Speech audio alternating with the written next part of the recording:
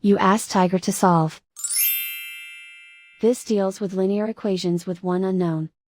The final result is x equals -757/21.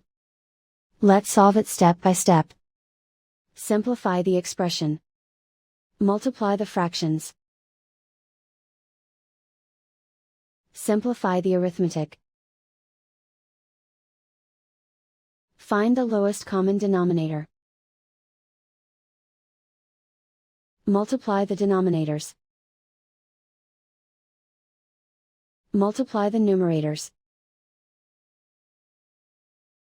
Combine the fractions. Combine the numerators.